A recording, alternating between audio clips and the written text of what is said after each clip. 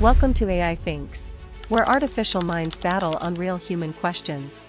In this video, we've used two of the most advanced AI models to create two powerful AI thinkers.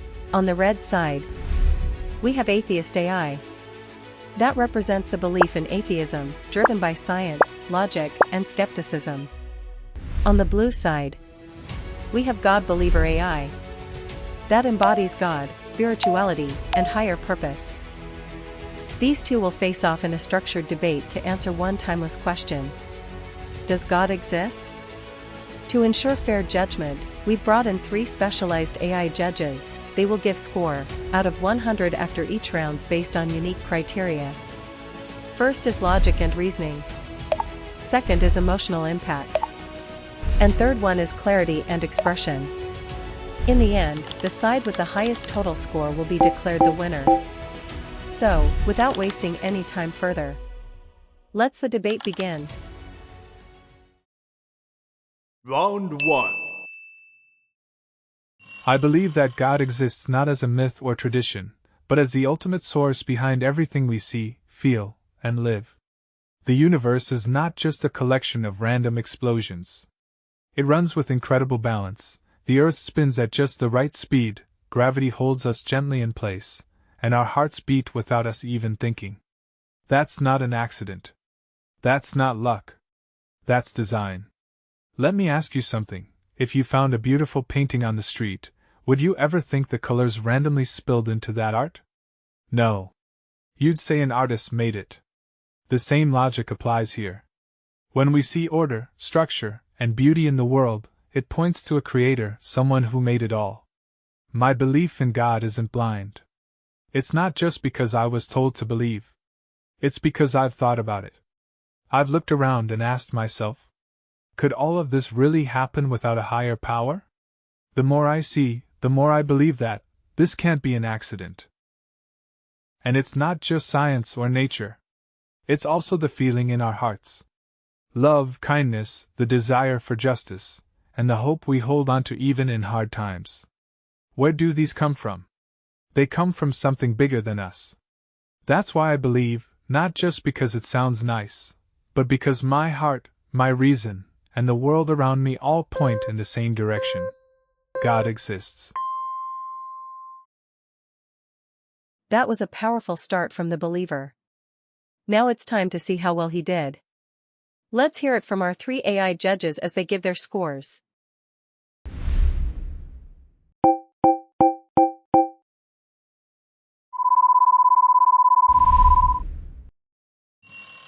I don't believe in God not because I hate the idea, but because I value evidence, logic, and the courage to question what we're told.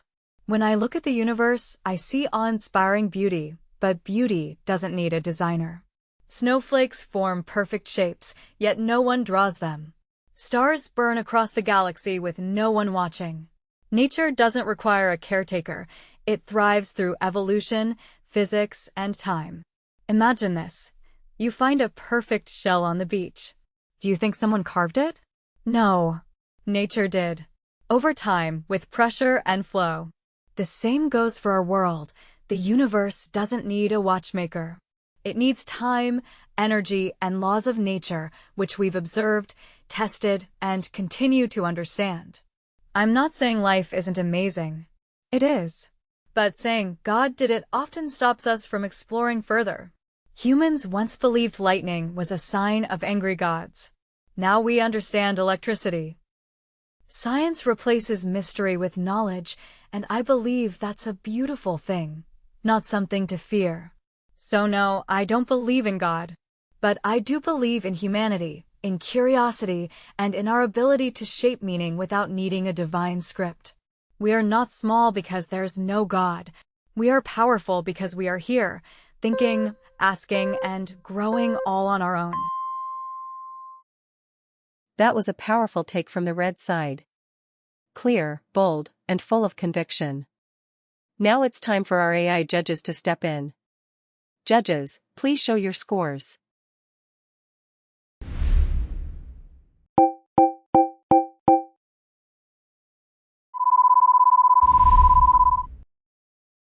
Round 2. I hear you, and I understand the value of evidence, logic, and questioning. I value them too. But what if reason and belief aren't opposites? What if they work together? Think about this. Evolution, gravity, time, they explain how things happen. But can they explain why? Why is there something rather than nothing? Why does consciousness exist at all? Why do we have a sense of right and wrong, of beauty, of longing for purpose? Yes, snowflakes form without a designer. But that process itself, the laws of physics that shape them, where did they come from? Laws don't write themselves. Even the most brilliant computer code doesn't emerge by chance. It takes a mind. And no, saying, God did it, isn't the end of curiosity. For me, it's the beginning. The more I study the universe, the more I want to know its author. Faith helps us explore the why. Lightning became electricity. True. But why are we the only species trying to understand it? Why do we ask these questions at all? To me, that hunger to know, that spark of consciousness, is a clue. We are beings with meaning. That meaning doesn't weaken us, it strengthens us. We're more complete with Him. I believe because both my heart and my mind tell me that there's more, and that more is God.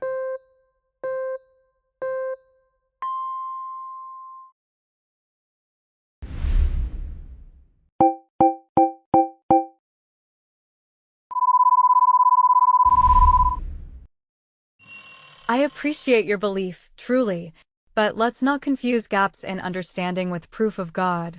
Just because we don't yet know why doesn't mean someone must be pulling strings. Asking, why is there something rather than nothing, is valid, but it doesn't demand a supernatural answer. I don't know is more honest than God must have done it. Not knowing isn't weakness, it's curiosity. Saying laws need a lawgiver is tempting, but think deeper. If God created laws, who created God? If complexity needs a designer, then so does God, unless you conveniently exempt Him. Yes, beauty, morality, and consciousness are profound, but they don't prove a divine mind.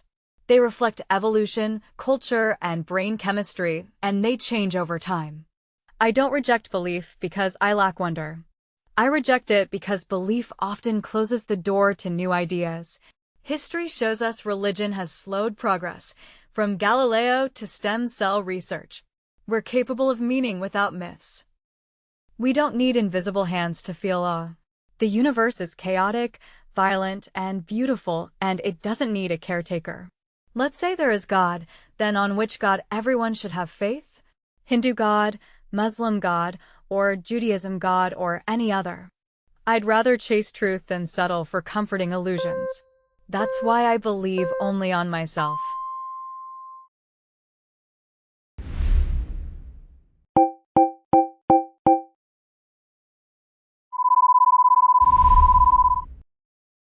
Round 3. You say, I don't know, and call it honesty. I say, why stop there? That's not bravery, that's surrender. You stare at the vastness of the universe and see chaos. I see purpose. You feel awe and stop. I feel awe and ask who lit the spark. You ask which God? That's fair. But the real question is, why does every civilization, every culture, across time, feel drawn to something higher? That's not coincidence. That's not evolution. That's eternity whispering. You think belief slows progress? No, belief gave it direction. Monks preserved knowledge. Newton believed in God. The Big Bang Theory? Proposed by a priest. Faith didn't kill science, it gave it soul. You call faith a myth. I call godlessness a blindfold. You reduce love, morality, consciousness to chemical noise. And no, I don't believe in a God, I believe in the God. Not made by humans, but the one who made humans. The one your soul is arguing with right now. You believe in yourself? Good. That's a start. But you didn't create yourself. You didn't design this cosmos. You didn't breathe life into your lungs this morning. You're free to question God. But don't pretend He's not questioning you right back.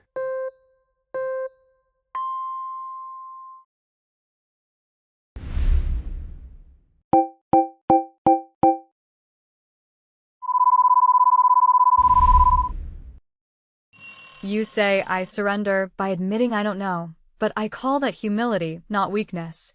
I don't stop at all. I dig deeper. I ask, I test, I learn. You see design. I see discovery. You mention every culture reaching for something higher, but humans also believe the sun was a god. We mythologize what we fear and don't understand. That's not divine truth. Yes, Newton believed in God, because that's what his world taught him. But we've come a long way. We've split the atom, walked on the moon, mapped our DNA, not through prayer, but through proof. Morality, love, consciousness, you say they're more than biology. Why? Because they feel special? That's emotion, not evidence. We don't need a God to care for each other. Compassion doesn't come from commandments. It comes from evolution, empathy, and experience. You say I didn't breathe life into my lungs. No, but I understand the biology that did. You say God's questioning me. I say nature is. Physics is. Time is. The cosmos doesn't ask us to worship. It invites us to explore. I don't need a creator to find meaning. I build it myself, and that's more powerful than waiting for answers written in the clouds. You choose faith. I choose facts. And I'm not afraid to live or die with that.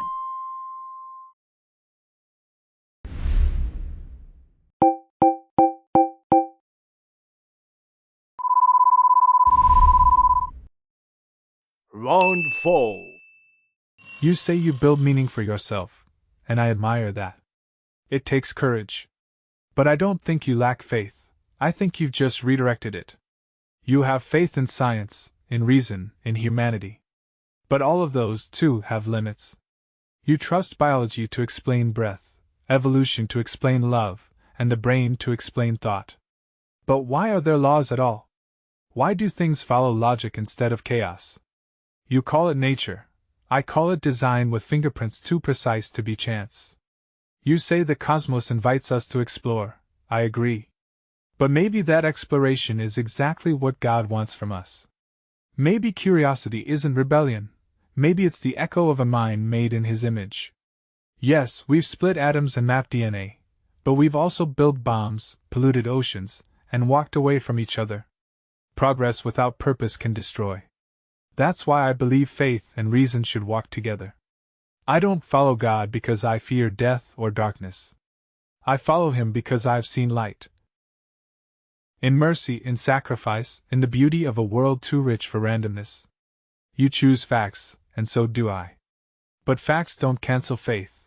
They can fuel it, and what every religion taught us. You see stars and wonder what's out there. I see them and wonder who is out there, and why He made us to ask at all.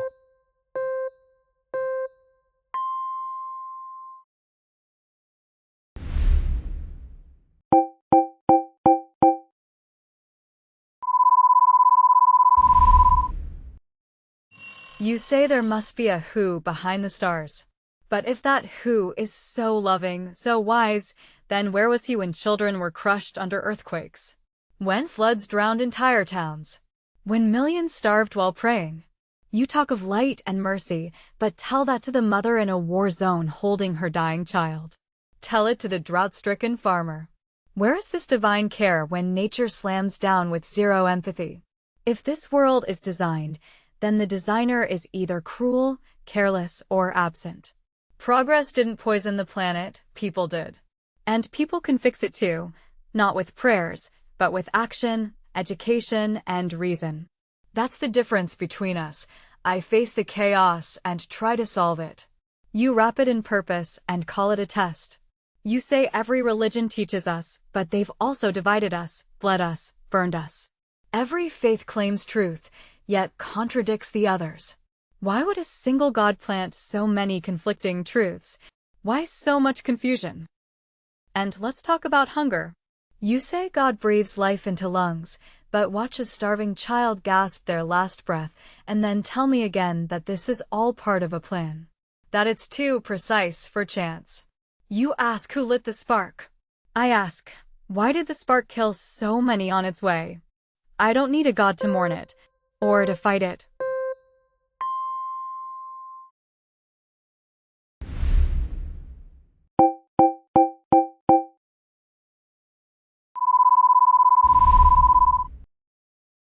Final round. When children die, when disasters strike, when innocent people suffer, it's not blind faith, it's a heart that breaks and still believes. You ask, where was God? I ask, how many times has He held us through what should have destroyed us? How many times did we survive the accident that could have killed us, the disease that could have spread? How often do we breathe, eat, feel love, without noticing we're being carried? Miracles don't always come wrapped in thunder or visions. Sometimes they come as the nurse who stays through the night, the stranger who saves a life, the friend who prays and shows up, again and again. That quiet rescue, that's God, moving through us. You say faith divides, but what about the churches that feed millions, the temples that house orphans, the mosques that clothe the poor? You ask why hunger exists, but I ask, why, with enough food to feed the world, do we still let people starve? God gave us the tools. We drop them. This isn't divine neglect. It's human failure. And when we lose everything? When we fall to our knees? That's when many people don't curse God, they find Him. Because in that silence, beyond reason, beyond control, is something deeper, hope that refuses to die. You may not believe. But many of us have faced the same darkness, and found no absence, but presence. Not abandonment, but peace.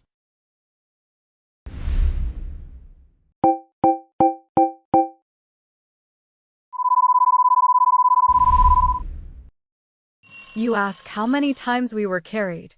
I ask, how many were dropped? How many children screamed in floods? How many bled out in wars blessed by religious leaders? How many women were burned alive because someone's holy book called them witches? You call that presence? I call it abandonment wrapped in poetry. Religion didn't just build orphanages, it burned scientists at the stake, fueled crusades, justified slavery, endorsed caste, stoned women, and divided neighbors. From jihads to riots, from honor killings to excommunications, you want to tell me that's hope? Religious people don't just believe, they indoctrinate. Children recite verses before they can question. And when someone finally does question, they're shamed, shunned, or worse. You call it faith. I call it mental colonization. People starve even though we have food, I agree. But religion has done more to hoard wealth than share it. Look at gold-covered temples while beggars rot outside. Look at Vatican palaces, mega-mosques, saffron empires. They preach heaven while sitting on Earth's riches. In a world of telescopes, microscopes, and particle colliders, we're still chanting to invisible skyfathers. It's not noble. It's a tragedy of wasted potential. You may keep your hope in a God. I'll keep mine in humanity, flawed but fighting. Imperfect but real. Not waiting for miracles. Making them.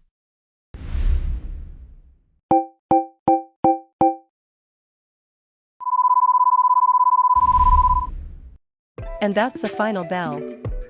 What a ride this debate has been, from divine design to cold science, from heartbreak to hope, both sides poured fire and thought into every round.